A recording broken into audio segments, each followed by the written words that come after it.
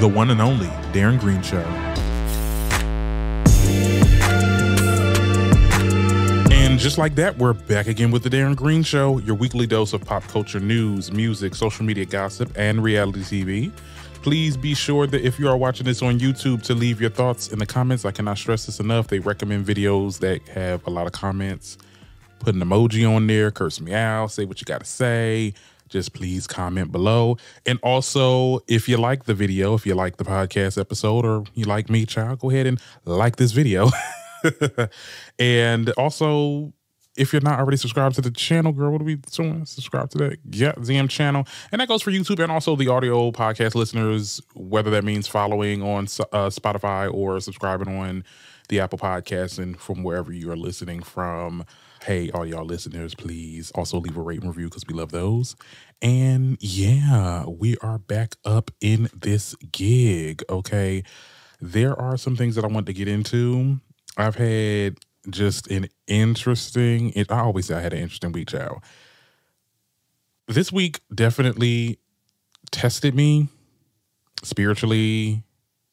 It tested me on so many levels, okay? I'm going to keep my thing brief because we don't have to get into details.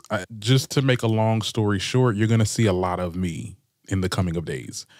We're going to do a lot more content as I have a lot more time because of the unfortunate events, honey. There just has been a shift in my employment, and I was fueled with a lot of thoughts last week. And I told my best friend, this is a throwaway sidebar, like I told my best friend that I had cooked grits for the first time in years. And I didn't explain why. I'm just going to explain why now. But like during that time of after the situation that happened, it's just my mind was just like racing. Like I said, I have a lot of thoughts in my mind, a lot of bad thoughts, a lot of good thoughts, this, that, and the third. And I said, you know what? Let me just cook some grits. Let me just cook some grits, honey. And I might have to be speaking to my black listeners, child. When you cook some good old grits, honey, you got to pay attention. You got to pay attention. It's not like when you cook your regular breakfast, you know, eggs, bacon, this, that, and the third. I'm not, we doing a whole sidebar on breakfast, child, but I'm a land. But I had no time to think while I was cooking the grits because I'm like, okay, I got to make sure I got to put the seasoning on here. I got to make sure I'm stirring it enough. I got to make sure it's not popping and freaking doing all the weird stuff that grits do. So it kept me very much grounded in my mind. Okay, let me just focus on that for a little bit. So yeah, I cooked grits just for that reason, just to get my mind off of the thoughts that I was having. And I also started reading more. And I guess the cure or some variation of a cure to how I was just feeling was I was making content. I was writing. And that's something that I love to do. There's a lot that I can say. There's a lot that I can say. There's a lot that I can do legally. If we want to keep it all the way, you get what I'm saying? But it's not worth it.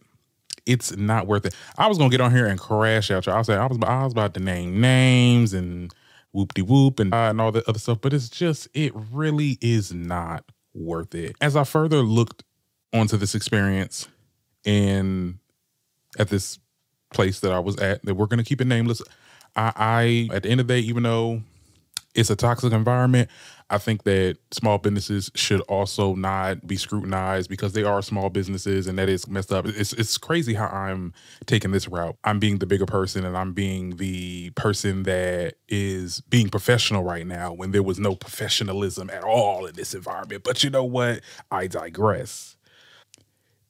All that time, I started to realize things. And in the grand scheme of a lot of it, this happened for a reason.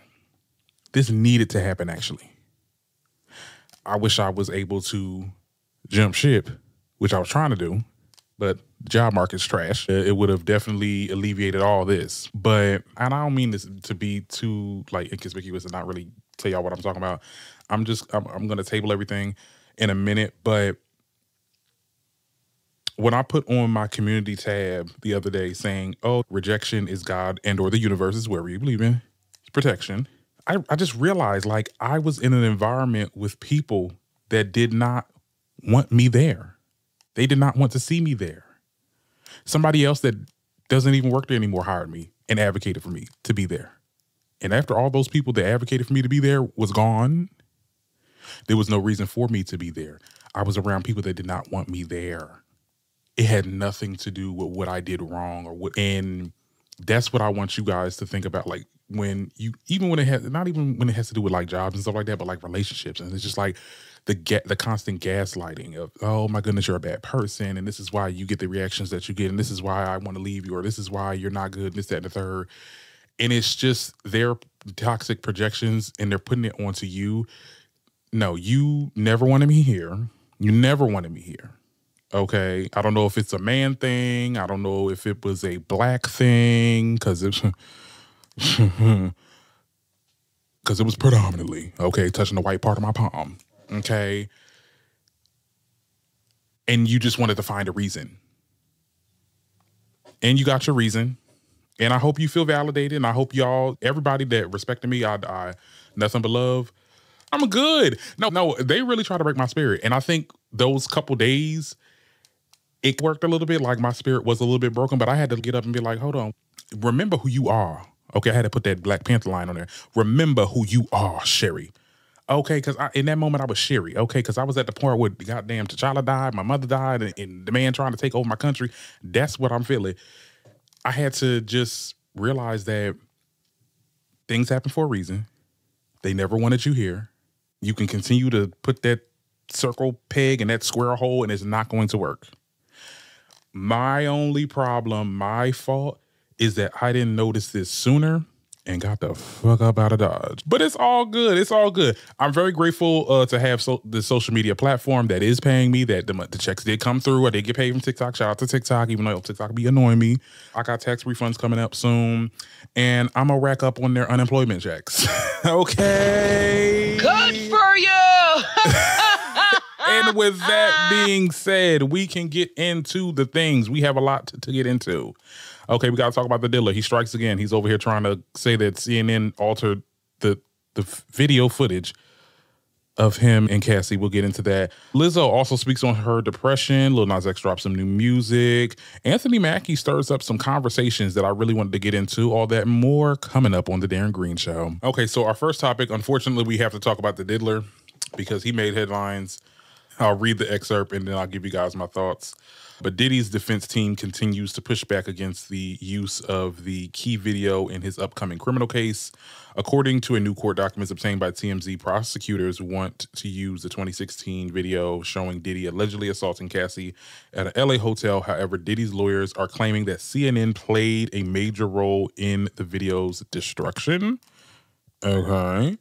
Now, they also say the defense and prosecutors jointly filed a letter about the evidence in a high-profile case. Defense claims that CNN purchased the only known copy of the hotel's surveillance footage and then altered it by using an editing software. Okay. The defense also argues that CNN covered up the timestamp, changed the video sequence, and even sped up the footage, making it appear as though the events took place faster than it really did. So they sped up that was the editing. They sped it up. That's it. No CGI, no augmentations to make it look like you was doing what you were doing. Okay. Well, the video was filmed in a intercontinental hotel in LA, but the hotel is now closed. No other footage of the incident exists, allegedly. As a result, Diddy's defense team is planning to file a motion to exclude the altered footage from the upcoming trial. Now, CNN has responded. Okay, they released a statement denying all allegations from Diddy's legal team, claiming that the network altered and destroyed the 2016 video of the Cassie assault. They told USA Today that CNN never altered the video and did not destroy the original copy of the footage, which was retained by the source. All right. So what do I have to say about this? Somebody said in the comments when I was looking through on the social media sites, child, they said, girl, how the footage was edited. They sped it up. Here's the thing. There was a direct quote from TMZ that said the Bad Boys record founder lawyer Mark claimed that a source gave CNN the footage and CNN ran through a free editing software. He says the CNN altered the video by speeding it up, taking things out of the sequence and removing the timestamps. Diddy's legal team says that the video is deceiving. But my whole thing is, so they was cutting things out, they was speeding it up. My whole thing, you get what I'm saying? You can't really make this shit up. We still see you being violent with her. Now, are you saying that, it was edited because it didn't show what she did to me? Like it cut out parts where maybe she was hitting on you first and then you did it in response? Is that what you're trying to say? Because my whole thing is the way that the video looked, I don't care how much it was edited, and it was not edited. Anybody with a small understanding of video editing, and let me tell you something, I'm people, because I have a whole system that edits my videos. I don't edit I don't cut and drop and all that other, I don't do none of that. Soon I'm open to learning, but I know when something is clipped. Everybody knows when something is clipped. Okay. I mean, that has to be, if that is some Disney, Marvel Studios level editing. I mean, even their editing is bad. Like just think of your like Universal Studio type like edit right there, because girl, how in the hell? I don't see no clipping. There was no clippings. Now, when you look at the video, it looks in real time. Like it looks in regular pacing. It didn't seem sped up. And even if it was sped up, what is the point? What is the point of even mentioning that if it was sped up? You was doing what you were doing. You were throwing her around. She was running away. She was running away, and you were trying to get her back into that hotel room to do whatever you were trying to do that day. And then my point is, why is he trying to pursue this aspect of everything that he's getting booked for? It's not the event that got him initially detained. It's not like his other cases that he has pending. I just feel like we're focusing on the wrong thing, maybe. But forget about the Cassie situation. Like, at the end of the day, you were the one that came out with the video and admitted to doing what you did and saying that you were in a different space. And, oh my goodness, I'm so sorry. Yada, yada, yada. That's not a person that feels that I was defending myself. If that's the angle that you're trying to, because that's what it looks like, the angle that he's trying to pull here. It's just, it's you, it's Tory Lanez, and it's freaking R. Kelly. Y'all cannot accept defeat. Y'all did some deplorable things, and you have to answer to your crimes. Okay? I don't have too much to say about him. I think we're done. This was going to be like a quick little topic because that was something that people were talking about this week, and CNN made their responses and all that. Like, girl, we've seen the footage. There's no going back. I would let them use that. At this point, let them use that in the court, because at the end of the day, I mean, even if they do throw this out and they're able to take this away from the actual case or the trial or anything like that, it's not going to help your case even more, because now everybody done seen the video. You can't erase that off people's minds and perceptions and stuff. Like, it's here and it's now. All right. I'm off this topic. Let's move on. We can get into my other topic. I do want to talk about Lizzo. Lizzo is having the time of her life. Okay, let me shout out to her. Good for you. Well, here's the thing. Thank you, Nikki. Here's the thing. During a recent Lizzo in Real Life show in Los Angeles, she revealed her upcoming album, Love in Real Life, was inspired by a dark chapter. She said in quotes, about a year ago, I was in such a dark and deep depression. I was heartbroken by the world and so deeply hurt that I didn't want to live anymore. Oh my goodness, we're getting serious. She recalled how a simple hug from a stranger helped her heal. And then it was 10 people, and then there was 100 people showering me with love and support, and it's effing life-saving. You can't get this on the internet, and this kind of love you can only get in real life. Now, Lizzo said that she wasn't seeking sympathy, but connection. I see what she's doing here with a lot of the songs. It's very rock inspired, which is very interesting. It's an interesting direction. Lizzo she's not a one trick pony. She's gonna give you, they called her a rapper one time. I never thought she was a rapper. I know she was a pop star. She make pop music. She make R&B-esque type pop music. Okay. A little bit of soulful. You get what I'm saying? Do I get into the new stuff? I mean, this is her single, Still Bad, as you can see on the screen. I don't know. I mean, I like, it's okay to me. Like I said, this is not my genre. This is not my zhuzh. I might have to grow into it, just like how I grew into Cowboy Carter, because I'm being real honest. When I heard it, I was like, okay, this is going to be, I'm going to sit this one back. But then when you further listening to it and you get into the lyrics and all this other stuff, then it hits you.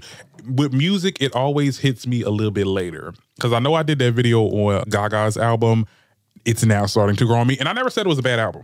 So before y'all sit there, because I've seen some of the comments, I was like, I never said that it was a bad album. I just said, I just need time to let this music process. But no, Killer is definitely, that's a good song. That's, she clocked it there. Back to Lizzo. I don't know. I just wish that, she said that she was battling a lot of like traumatic experiences and stuff like that.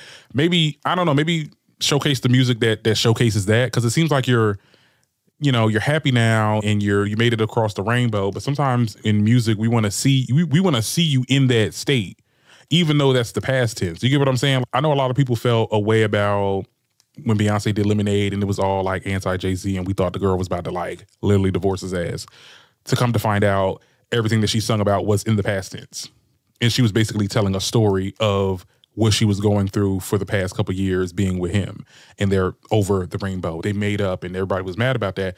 But I like that. I think that's, you're showing us the good, the bad, the ugly, and then showing us that you came back and you're back into that shit. This song that she just put out here, that's your last song on the album. You get what I'm saying? I'm going to hear it out. I'm going to hear this album out. I might do a reaction video. You might see that coming in the coming of days because, honey, I got a lot of time on my hands now.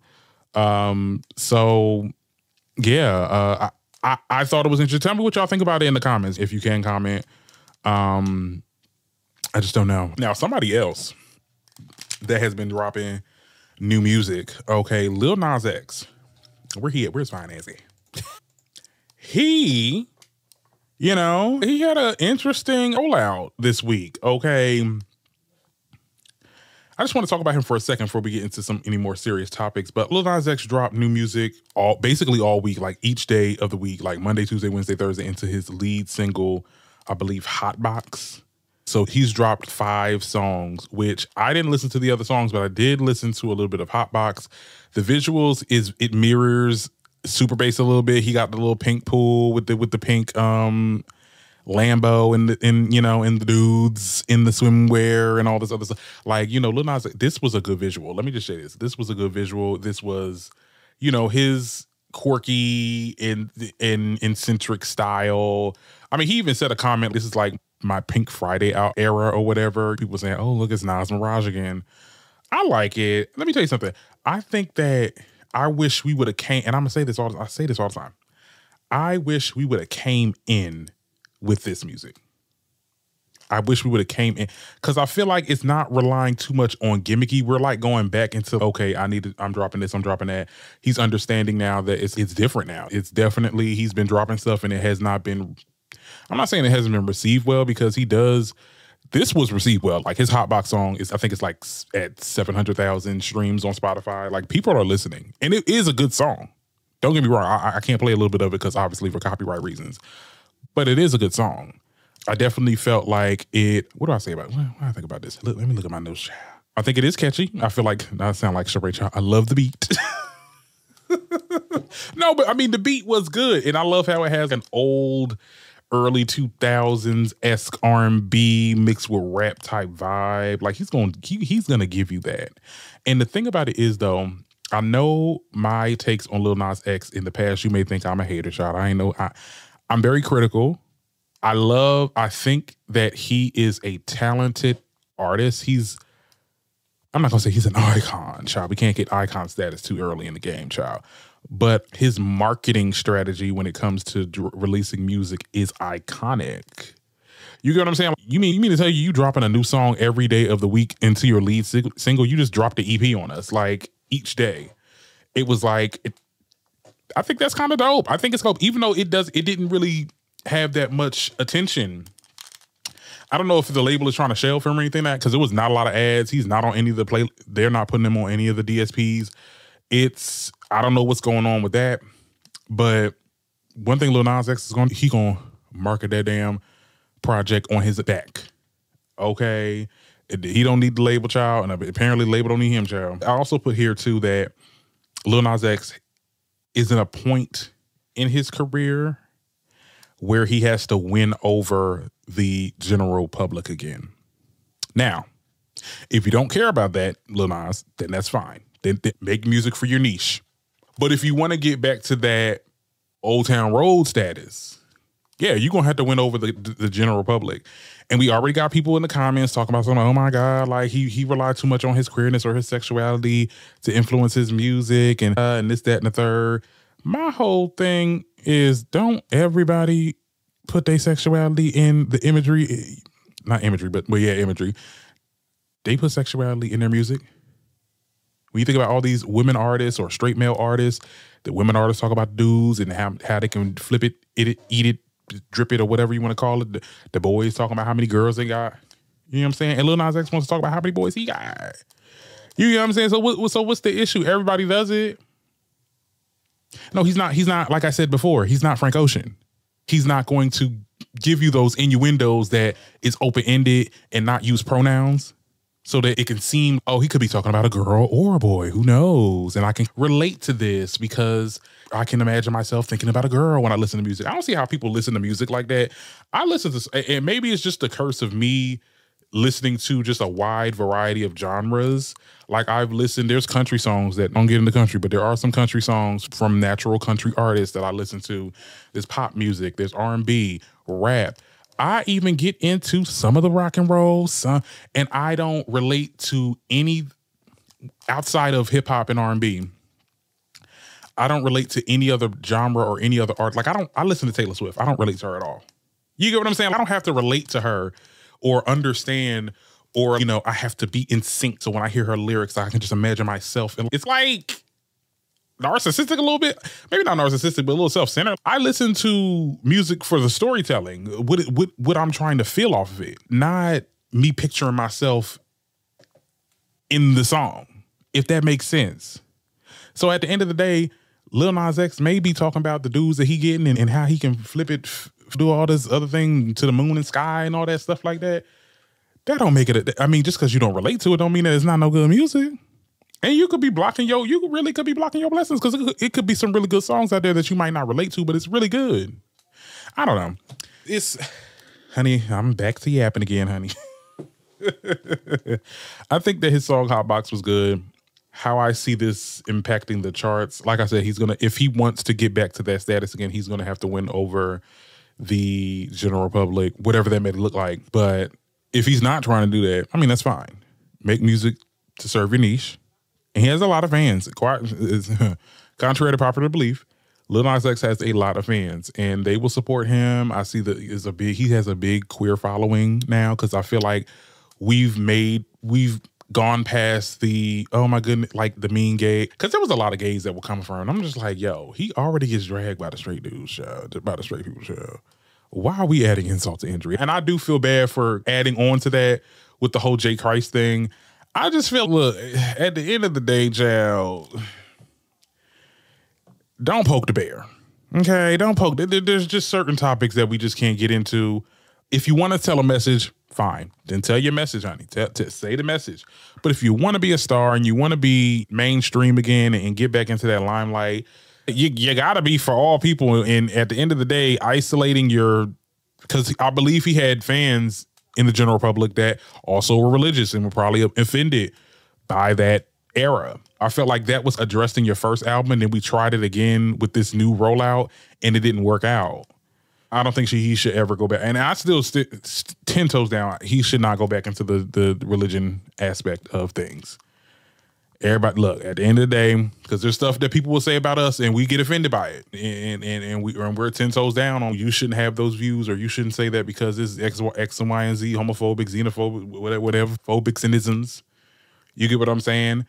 We got to keep that same energy when it comes to people in their religion. People, that's something that people take serious. Even though that's something that I don't get into. I'm not a Christian. I have no problem with Christians. You get what I'm saying? Love who you love, worship who you worship, child, do what you do.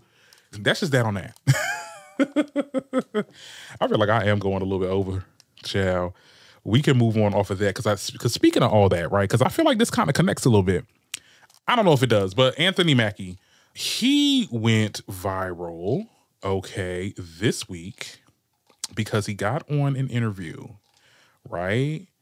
He did a sit-down interview with The Pivot, and he spoke about how the American male is dead in this country and says that they killed masculinity in our homes. Okay. All right. So here's a little bit what he had to say. And I'm actually going to play this video, child. My boys humble. Like, my boys have never had a pair of Jordans. My boys don't do all that internet fly shit. I'm like your kids. And no, I don't give a... I could be the biggest star in the world. Do not let me catch you being stupid. Do not. And my oldest gets it. My 15-year-old, he tells the other ones, he's like, yo, don't make dad mad. Because once you get one that's right, he gonna straighten the other ones out. Mm-hmm. So it's just that thing of, in the past 20 years, we've been living through the death of the American male. They have literally killed masculinity in our homes and our communities, for one reason or another. But I raised my boys to be young men. And however you feel about that, you feel about that. Right. But my boys will always be respectful. They will always say, yes, sir, yes, ma'am. No, sir, no, ma'am. They will always say thank you. They will always open a door for a lady. They will always make sure that their mother is taken care and provided for. They will always be men. And that's always since they were 2 years old. Every time I left for a job, I tell my 15-year-old, you're the man of the house. You make sure these doors are locked every night, this alarm is on, you text me or you call me every night before you go to bed and you wake up. I love that. Because we're men. If I'm not there to protect, he got to be there to protect. Because you can have all the money in the world, climb through the window, that money means nothing. Right. You can have all the celebrity in the world. Okay, so I'm gonna stop him because he goes on, and I don't want to play too much of the video. But here's my thing, because you know I always have a thing. You know I always have something to say, child. I think we're it's a misuse of the word masculine. I think that the way he opened up this argument should have been full stop. The moment when he brought up, oh, the American male is dead and that they've killed masculinity in our homes, it's giving red pill mag vibes. And I know that's not him. I just think that he minced his words a little bit here. Before I'm gonna preface this, before we say anything, I don't think that he should be canceled and held accountable or whatever the case is. This was a conversation on social media that I'm responding to on my platform. Everybody has the freedom to do that. Have nothing against Anthony Mackie. He's a great actor. I loved him in a lot of roles. I watched a lot of his stuff. He's really good. I gotta say that before y'all sit there and be like, oh my God, you're trying to cancel him. You are a hater. You gotta understand that's how he raises his family. And that is okay. That's fine. But the wording in masculinity is dead in this country or the American male, that couldn't be so farther from the truth. Because when you said, I teach my kids to say, yes, ma'am, yes, sir, to open the door for women and to make sure that when I'm not here, you make sure the alarm is on, you make sure the door is locked, text me that everything, keep updates, this, that, and the third. You do what you got to do. Teaching them to be tough. Teaching them to, if something go down, you got to do what you got to do. Teaching them to behave, not to the part where he said, don't be stupid when I'm not around. You're teaching them to be good Samaritans. Masculinity, you cannot be masculine and have all of those attributes. You get what I'm saying? Like I had responsibilities when my mom when my dad went to his job and it was just me and my mom in here. Yes, I set the alarm, locked the doors, I took out the trash. At one point when I was a kid, I was saying, yes, yes, ma'am, yes, sir. Respecting my elders, doing all those things. Did it femininely. You get what I'm saying? You get what I'm saying? There's not one way to be a man. So I think when we use the word masculine, because masculinity is just like a personality trait. That's something that you pick up when you are growing up into your manhood. You either go to the masculine side, you act more masculine and tough and hard and stuff like that, which can be natural for most men. And I do think some men just put it on as a costume just because they want to stick to status quo. And then there's some men that are more effeminate and they can have those same attributes, have those same good upbringings. I think he wanted to say good Samaritan. You're teaching your kids to be good Samaritan, good people. You get what I'm saying? I just think when we get into that masculine conversation, I'm just like, okay, really? We know what you are trying to say. Because like I said, I have had all those attributes in my coming of age and growing up. And even still to this day, I give women respect and I don't say certain things or go off the rails. I do all those things. Does that make me masculine? No, because that's not my personality trait. It's a personality trait. And I just think that men can have these attributes, these positive attributes while upholding their masculinity, or they can have those attributes and be more effeminate. It's not one way to be a man. It's multiple ways. And I don't think that there's an attack on masculinity, because that's what this conversation was leering into, this attack on masculinity. I don't think that's happening. I think that some men, and I do mean some men for the fellas in the back, okay, some men have an understanding that there's just not one way to be a man. And that can still make you manly. It doesn't lessen your manliness of how you act, how you carry yourself, what you say, what you don't say, what you wear, what you don't wear, or whatever the case is. I don't know. I mean, I think that this conversation it's not a touchy subject, but it's definitely like a conversation that we still having some same damn things.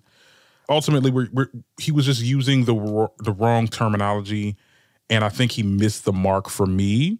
He also made a comment about playing gay roles and stuff like that and talking about the stigma behind like black straight men. And that's the part that got me too, because a lot of people was like, oh, he said that part good.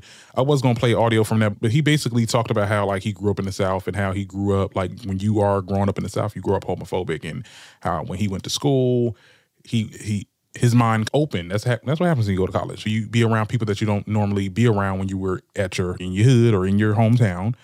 Like, he had a gay roommate, he had gay friends, and he had relatives that ended up being gay, and he learned that these are just people that wanted to be loved. I mean, that's a interesting story, and I love he said that before that conversation we were talking about masculinity. He said that, and he talked about how he started to play gay roles because just to fight the stigma, which is a really good thing. But you say all that, and then you go into saying, "Well, I'm teaching my boys to be men, and masculinity is dead," And this is not what you said, but it's what is implied, is that you are training your kids to be straight. And that's the equivalent of a girl saying, I got a gay best friend, but I'm gonna be upset, or I'm gonna beat my child, or whatever the case is, if my son ever became gay. Like, that's how it sounds a little bit. I might be going a little bit overboard. I don't care, I'll die on that hill.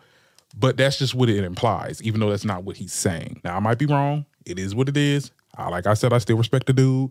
He definitely did his thing as Captain America and all of the other roles he did when he did that role in Black Mirror. I was like, okay, you get what I'm saying? He is not new to this, okay?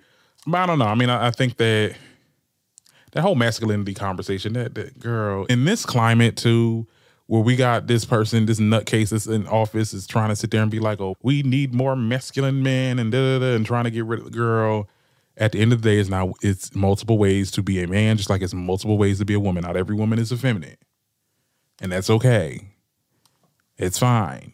People are fickle. Okay? There's different types of people. There's no one way. That's just my overarching point, child. And we can move on. All right, I did want to talk about Wendy Williams for a little bit, because she got on The View, okay, and she spoke out she spoke about her guardianship, okay? And here's a little bit of what was said in that View interview. Legendary broadcaster. We know that. You broke the mold. I know you love the work. How do you keep your spirits up when you really are not doing what you love to do? Let me tell you something, Sonny, and I'm glad that you're talking with me about that. I am a college-educated woman. I'm a global, international person, from radio to television. Yeah. I've been doing important things all of my life, and these two people don't look like me. They don't dress like me. They don't talk like me. They don't act like me. And I venture to say they will never be me. I need them to, with my knees, get off my neck. Yeah. Well, Gina Lisa, I want to bring... Oh, go ahead, Wendy. I can't I can't do it with these two people again. I can't. And I'm speaking of the guardian. The guardians. And the judge. I need a new guardian. And I'm going to stop here because I wanted to bring that part up where she says she needed a new guardian, in which I'm just going to say things, and this is not me trying to backtrack or say that maybe she needs. Two things could be true at the same time. Wendy might still have some cognitive issues, because I know a lot of people are in the comments and a lot of people are saying what she sounds like her normal self. Yes, she does have moments where she sounds like her normal self, but like she has moments like this. What you mean you need a new guardianship? I thought we were trying to break from the guardianship in general and go back to your family. Two things could be true. She could have these cognitive issues, but also she should not be under this guardianship. I think she should go back to her. She should be managed by her family, her niece especially, because her niece has definitely been fighting 10 toes down with this guardianship to try to get her back and get her home so she can see her family. But I do think that there is something up here, because the fact that she said she wants a new guardianship, it confused me a little bit. And we know that when it comes to like rich people or famous rich people, you know, a guardianship, once they're incapacitated or they have cognitive issues, we know that guardianships can be toxic and they can use her money for, you know, whatever for their little payouts. We wouldn't be having this conversation if Wendy was not rich. She would have been with her family. So the fact that this is a system that's going on is because of the fact that she has money and the fact that they're exploiting her. I don't think a new guardianship is going to help. I think they're probably going to do the same thing. Because their whole thing is, okay, she has these cognitive issues. She needs to be put in a place where she does not have the freedom and she can't go out if she wants to. This is bad. I mean, it really is bad. I think doing this media circuit is also not painting her in the right way. Because she's doing all these interviews and we're saying things and we have these profound moments, but it doesn't go nowhere because you're still in the same spot. You're getting the word out there. That's good. But what are we doing legally to get you out of where you are at? I'm pretty sure the niece has already got things in place. I know nothing. You get what I'm saying? I'm just the outsider just looking in. But I'm thinking that the media is not, it's not helping anything. Just me personally, I just feel like it's not helping. Is it making things worse? Well, it's going to get to a point where they're probably going to take her phone. They're going to take her communication will be completely gone. She did a TMZ documentary. She just came on The View, which is a really big show right now. She's been doing a lot of different. She's been on again, off again on The Breakfast Club. I don't know. It's a lot going on. I want her to get the help that she needs. I want her to go back to her family, and I don't know if she'll ever go back to doing. Because we see Sonny ask, I'm like, oh, you're unable to do the things that you love. I don't think she'll ever be back on a television show, of course. But also, I don't think she can even do a podcast. I think that Wendy just needs to just go home with her family and live the rest of her days in peace. Okay? Because she's been through a lot. And it's sad to see her in these interviews. And I don't know. It's just not a good look. Just me personally, but y'all gonna tell me what y'all think in the comments. Now, we can get to the reality of it all, of this show, before we get on up out of here. There's a series of topics in reality TV that I want to talk about. There's two shows in particular that we are going to highlight on. It's Real Housewives of Atlanta and Married to Medicine, as these are the only shows that I'm really watching. And we are going to give you the Real Housewives of Atlanta. We're going to give you the tea. We're going to give you the rundown tomorrow. Well, no, Tuesdays. Tomorrow's the show. Tomorrow would be Monday, which is today. Tuesday, I'll give you guys the rundown of episode 2. But we do have to talk about these ratings. These ratings are very shocking. It says here that the Real Housewives of Atlanta season 16 premiere made a rough debut, hitting an all-time ratings low with only 723,000 total views and a disappointing 0.18 rating in the covert 18 to 48 demo. So it's a significant drop. I mean, the lowest ratings of the franchise. Lowest ratings of the franchise. What did we do wrong? Look, and my thing is this, I enjoyed the show. I definitely felt like there was definitely some sleeper moments. I'm not going to hold you. I'm not going to lie. There were definitely sleeper moments, but I don't think that this show deserved that much of a bad ratings. And how I'm going to mix this topic into another topic, because Nene, she had her show, and basically she talked about like why reality TV has changed and is not what we used to. She got her own little talk show, girl. And this is what she said, essentially. To reality TV now, and I would love to get your thoughts. Social media has ruined it because some, not all, some of the reality stars play up to the cameras. They do. Play up to their fans. Play up to the people, to the comments. Yeah. And they now feel the need to just... They're not being their authentic selves. You said it. And that's one of the things that I said to myself season 1 when I started. I said to myself, if I don't be myself, this is not going to work. Because maybe my first couple of weeks of shooting, I didn't feel like I was being myself. And once I became myself, that was the best thing I could have done for me, because that's when the fans really loved me, just me being me. You really have to be your authentic self. Otherwise, it doesn't work. Everything is produced. You can't come in and have a fake boyfriend. You can't come and have a fake life. None of that works. If your life isn't going good, then show that, because there's always someone that can relate to that. Yeah. I think the relatability of reality TV has definitely played a part into why a lot of people are not getting into the things. And I've said that in previous episodes of the shift of before what we did want to see someone's grandiose life and big mansions and the Kim Kardashian. That's why the Kardashian show is not really doing well. It's not that it's not doing well. They're always going to have their ratings, but it's no longer like legendary television anymore. It's no longer, oh my God, did you see that recent episode? Because we're showing a life that is unattainable to the average viewer. I don't want to see that. And it's not on no jealous type shit. Because I still watch Housewives of Atlanta because I'm a super fan. I'm one of those people that's just I'm gonna watch that till the wheels fall off. But like a lot of people, they probably don't like to get into knowing that all this turmoil and all this and how the economy is and stuff like that. And we're watching these people live these unattainable lives. We don't see ourselves in these characters, in these cast members anymore.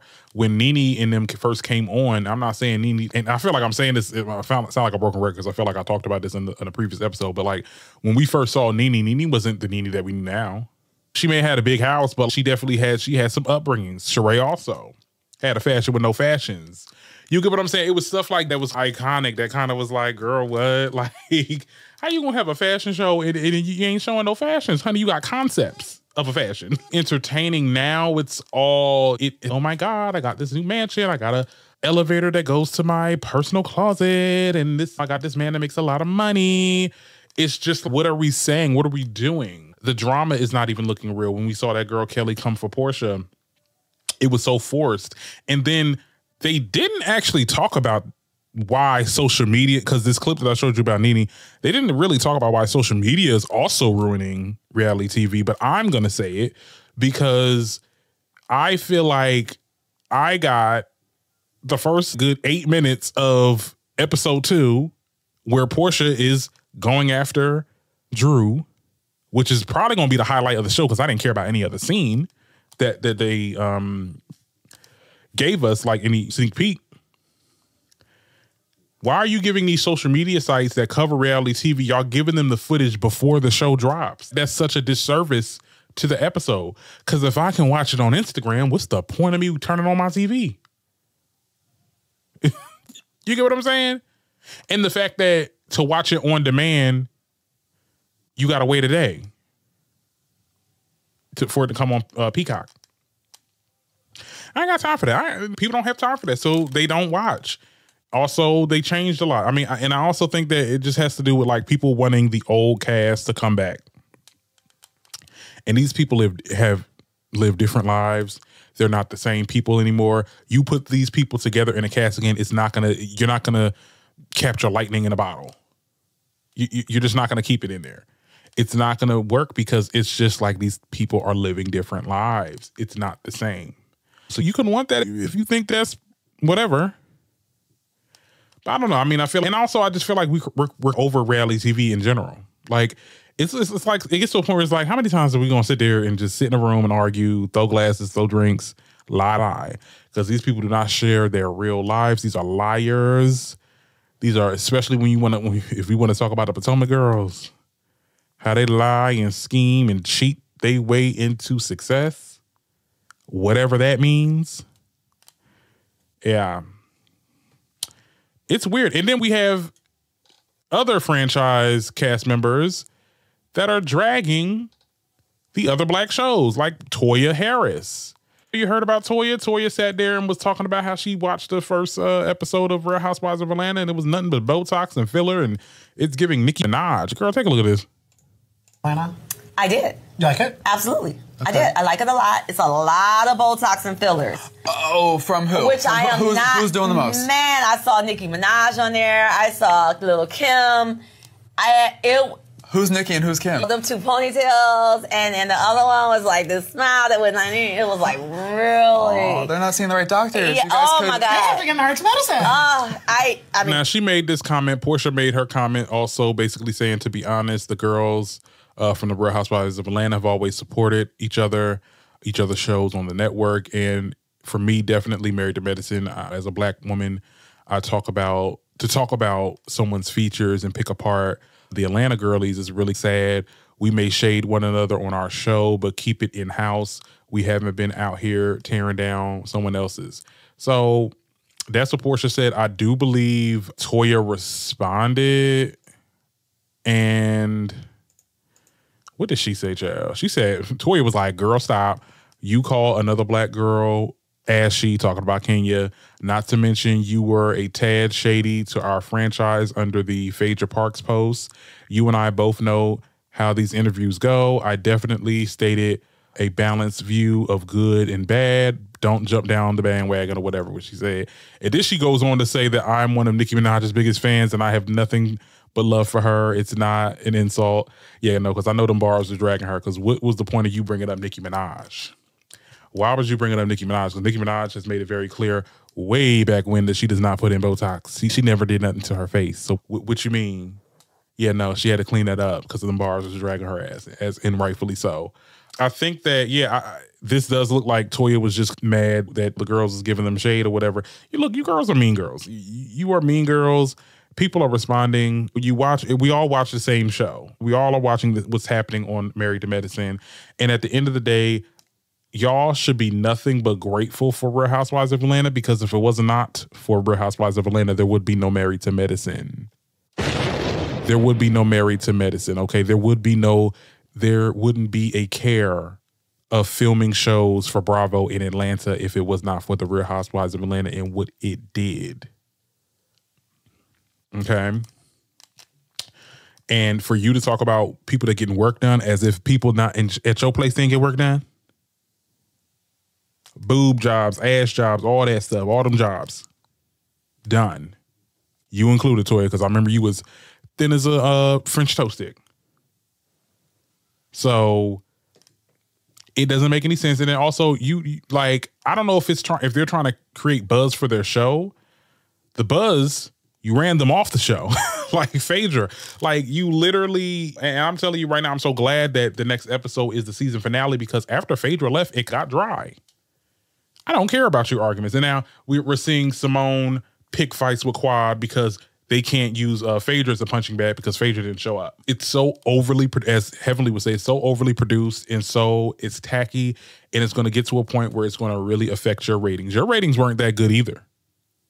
Just because, okay, the Real Housewives of Atlanta is definitely looked at crazy right now, but your ratings, because I guess Atlanta is doing so bad, that it doesn't look that bad on y'all. Sometimes, and one thing I'll say about Jaguar Wright, she said a person that, when she talked about like the person with different shirts, she said like the person with a okay clean shirt, like it's not all the way clean shirt, is gonna stand next to the person with the dirty white shirt. You get what I'm saying? And not next to the person with the super, super duper clean shirt, because they want to look good next to the worstest person. I feel like that's what's going on right now. Is Married to Medicine is doing subpar views. But it's not like the Atlanta girls. Y'all got record lows. So it makes us look good. And it's just like, where's the camaraderie? There's only 3 black shows on there. And y'all acting like this. Like I said, y'all are living up to the mean girl allegations. Okay? And with that being said, we are done today. We are done. I hope you enjoyed this episode. It's a little bit of a late one, so it's going to be crazy on the edits, but I'm good. It's all good in the neighborhood. As I said before, you're going to see me a lot. Okay, we're going to do a lot of content here.